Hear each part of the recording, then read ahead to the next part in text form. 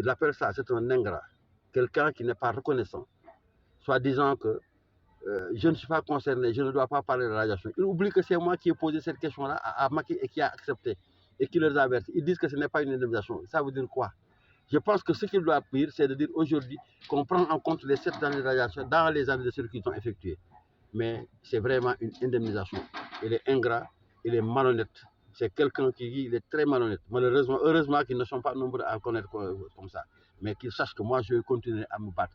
Parce que lui, il n'a pas repris, mais nous, on a été humiliés tous comme lui. On a été radiés, 6665. On a eu la chance de revenir parce qu'on n'est pas les meilleurs, mais c'est par la grâce de Dieu qu'on est revenu. Lui, s'il est resté 7 ans après, mais qu'il pose la question à Dieu, c'est pas nous. Mais le combat que je mène, ils font partie parce que c'est moi qui ai fait qu'il a reçu. Combien qu'ils le disent aux gens? Il aurait dû honnêtement dire que je ne la reçois pas parce que ce n'est pas une indemnisation.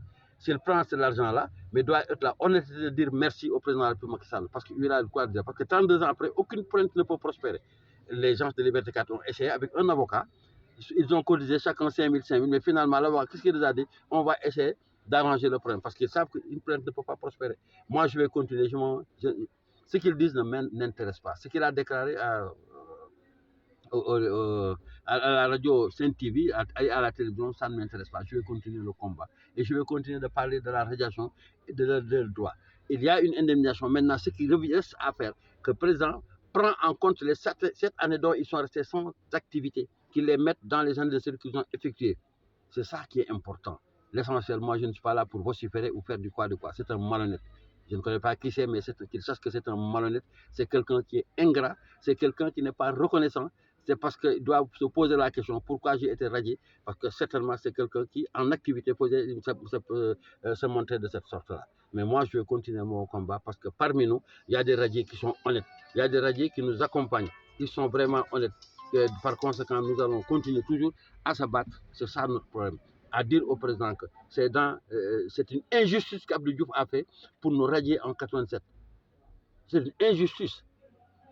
Je vous le dis parce que sous le dictat du film de la Banque mondiale, il nous a radiés. Et une semaine après, il s'est rendu compte qu'il ne pouvait plus gouverner ce pays. Raison pour laquelle la BMS a repris une semaine après. Non, on gouverne un pays, mais on ne doit pas le gouverner sous le dictat de l'FMI Banque mondiale. Mais est-ce qu'ils osent dire aux États-Unis ou ailleurs, et il faut radier vos corps de la police, qui est le corps qui permet aux citoyens de circuler librement, d'aller librement, qui permet à un pays de se développer.